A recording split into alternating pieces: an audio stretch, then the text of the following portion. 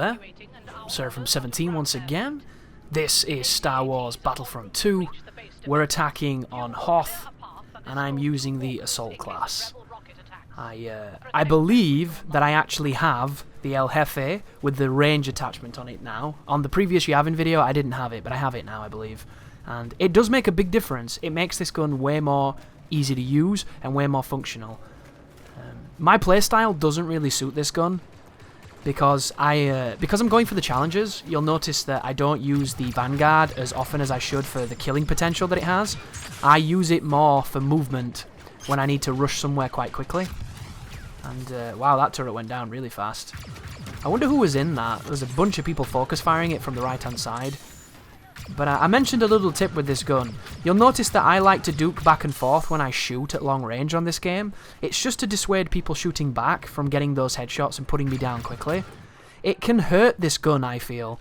This is a gun that fires so slowly that you really feel the projectile-esque nature of this weapon. But if you stand still while you shoot it and then move afterwards, you've got like 3 or 4 shots off, it feels a lot more consistent. And I think the problem I was having with it is I was just juking too much and my bullets were missing.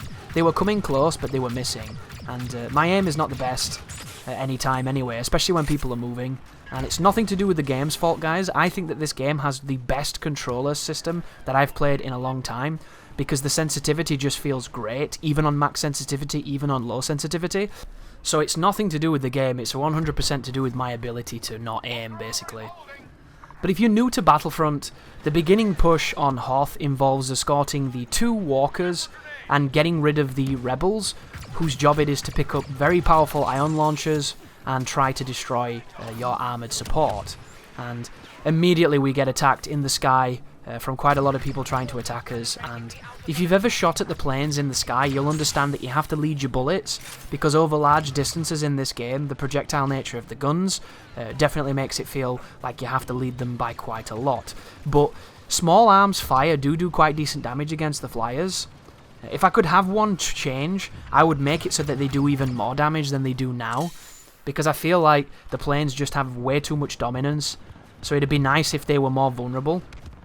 I don't want to be able to one-shot them, I just want to be able to make them move. It would be wonderful.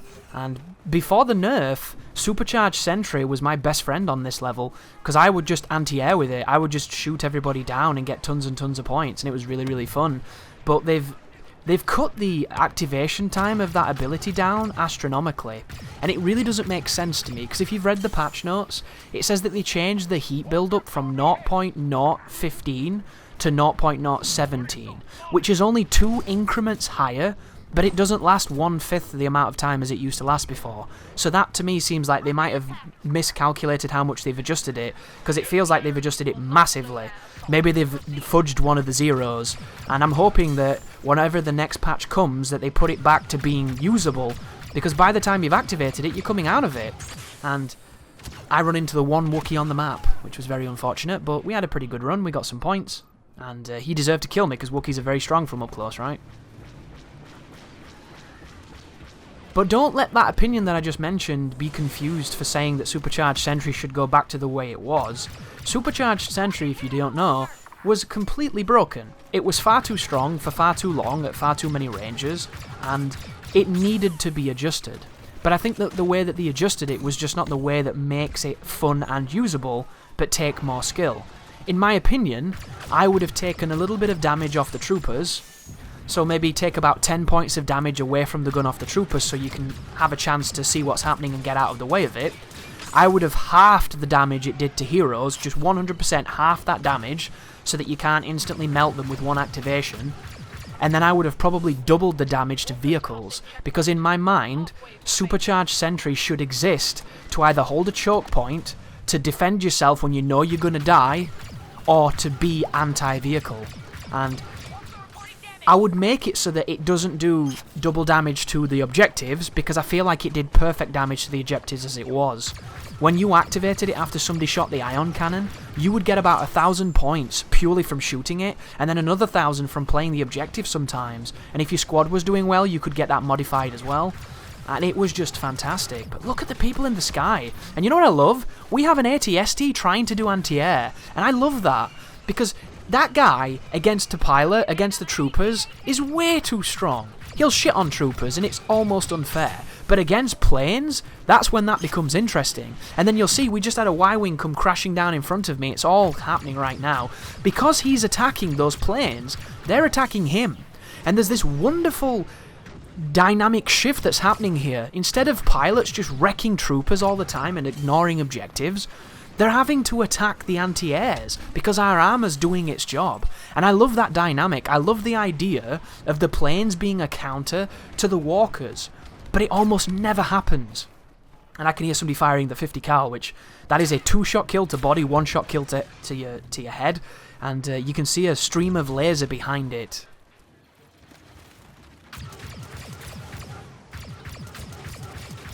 But we're gradually pushing up. I apologise if I was on a tangent then talking about something. I've forgotten what it was because I got interrupted. But that's something that you need to know as well. You see that gun turret that I'm shooting at there? If it's white, it means there's nobody inside of it and it's just ambient. If it's red, of course, there's a person inside of it. When you shoot it when it's white, you'll get hit markers, but don't think hit markers means that, you know, you're hitting someone. It just means you're hitting it. And you can both kill that and the tauntauns without anybody being in them, but there's no reason to do it because you don't get any points. And I kind of feel like that's bullshit.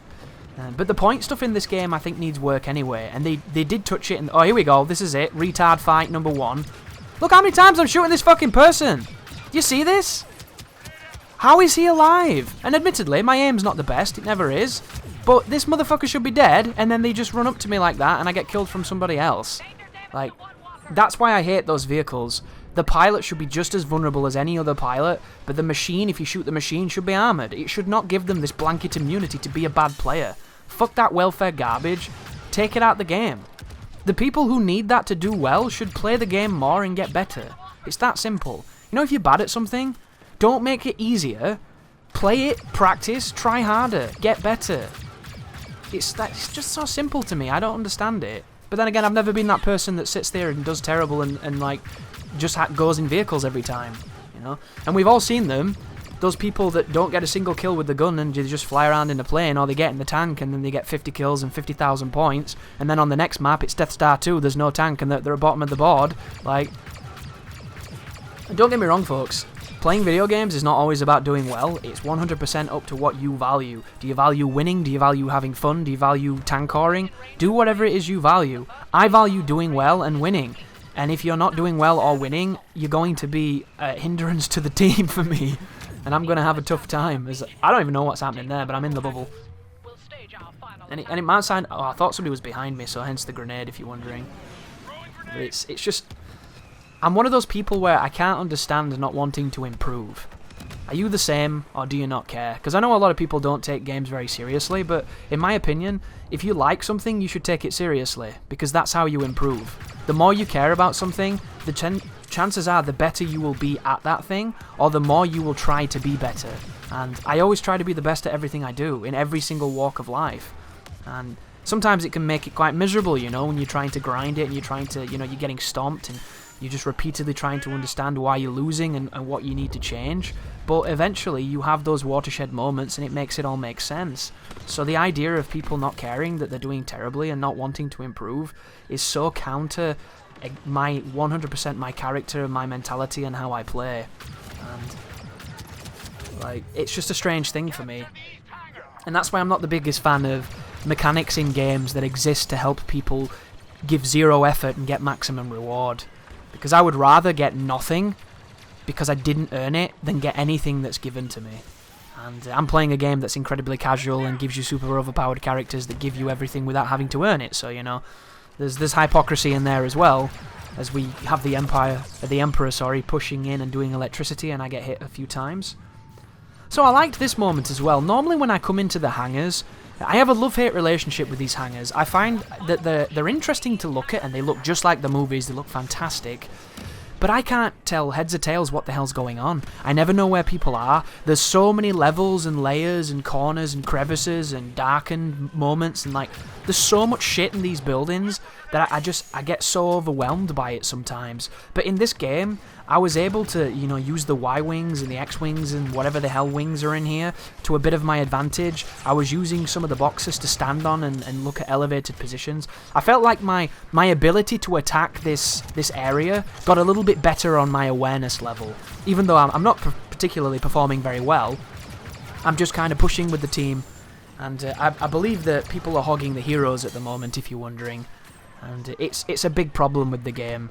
We have a bunch of people on my team who have the heroes, and there's one to my right now who's doing his job. He's pushing the objective, so I love whoever that is. It's Bosk. Bosk is getting in there, doing exactly what he should do. That guy's doing really well. There's also somebody in the objective to my right, so we have 2 heroes right now on the team who are doing exactly what I want them to do.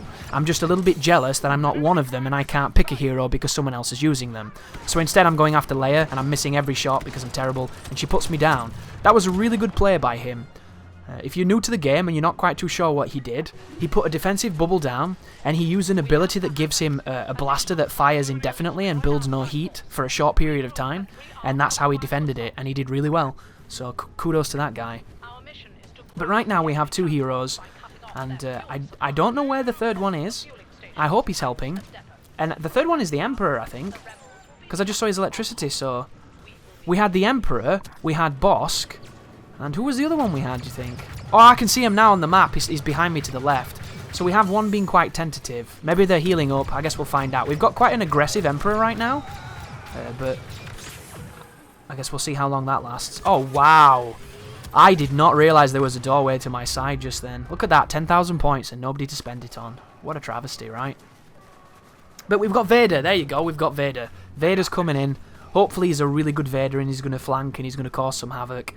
I'm hoping he's going to block and not get people behind him and not rushing in and just mashing the melee button. Is this Leia? This is Leia. Watch this. I missed the second shot. The second shot would have killed her. I've slowed that gameplay down. The left-hand part of my reticle was on her hand. It was on her arm, and it still missed. So it tells you that either the spread is random, or it's a bit more centralized than those reticles make it look. Because I was confused after that. I thought I should have killed her. Oh, there you go. We've got Boba Fett.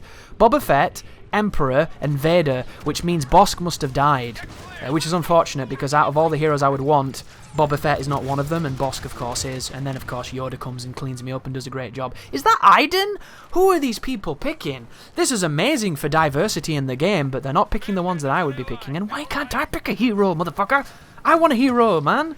I want to be able to win. But this is a very important part of the game, guys. You need to understand. Look at Vader right now. Look at Vader getting in there. I'm loving it. Do we even need this area? Is he on the right area? I can't tell. Yeah, he's on the right area. He's defending it. He's doing his job. I can let him off. But you need to be aware that there are opportunities in this game where you're going to have the points for a hero. You're going to see people using heroes perhaps not to the best of their abilities, even though I think my team was doing okay for the most. And you're not going to be able to do anything about it, because they're going to stay alive for a long time, and you're going to feel like your team would have won if you could have got a hero. Because we're all selfish like that, and we all think we're really good at games. It's just part of Battlefront. It's part of the flow of battle, as I get put down by the A280 there. That gun is beautiful. And lo and behold, I can't pick Bosk, but I can pick the Emperor. So, 2 things are going to happen now, guys. I'm going to push this objective, and we're going to get it, I think, or we're going to fail, or one of the 2. We're going to get in this room. My job is to get everybody off this. And that's what I'm doing. Yoda's defusing. Stop it, Yoda. I'm going to put down all my sexy juice and get rid of you. And then there's a wonderful moment where I make a mistake. That beautiful instance where you know you messed up, basically. As Rey has a go at me here and I try and get away from her. Interesting that when you're being attacked by a lightsaber, Palpatine doesn't do the corkscrew. He does that weird Vader dash. I didn't really know why he was doing that, but it was cool to see as I float over here and get away. Get my life back because I'm a bitch. But there's a wonderful moment where my objective player mentality takes over and I make a mistake. I start arming a device when I should be jumping around and just putting pressure on people trying to push us, and I get instantly murdered by Rey. And it's just that moment of, if I'd not gone for the objective, if I'd been a kill whore or a score whore, I wouldn't have died and we would have probably kept that area for longer. But there's just a part of my brain, apparently, that wants to do the objective. And it's funny, because normally, I'm the guy that goes for kills as there's a Wookiee over there, and you don't want to mess with a Wookiee at this range. You don't want to mess with Wookiees at all, because as much as they've nerfed them, they're still incredibly good. I see almost every match we have Wookiees in the top 3. That's how strong they are. And I'm not talking about Chewbacca, because Chewbacca's not as good. He reversed my controls here, if you're wondering. Completely fucked my controls right there. If you're new to the game and you want to know what to do when Rey does that to your controls, just roll. If you roll when she runs towards you, hopefully you'll dash past her, and then hopefully when she comes back again, you can roll to get out. Because there's one piece of information that's very important in this game that some people don't realise. When you get hit by a lightsaber, you will be stun locked unless you roll. Rolling will enable you to escape the stun lock. Any other action will keep you in it. Some of the heroes have the ability to shoot while being stun locked. So if you're somebody like Leia or somebody like Han Solo with a very strong gun, you can kill the hero stun locking you if it's Kylo Ren or Vader if they're not at full life and you've got really good shots and you can kill them in the head. This is the mistake, by the way. See that? And I did have a moment right there to get away, but I thought I could use my burst and kill her and get my life back, and she put me down. I can't complain about that at all. That was Rey doing exactly what she needed to do. And that was me, for some reason, getting blinded by the objective and not doing my job as a hero. So as much as I've lamented in this video that all my team were hogging the heroes and some of them weren't doing what I would like them to do with them, I didn't do what I should have been doing in that moment, and I lost a hero as well. So we're all prone to it. You know, no one's immune.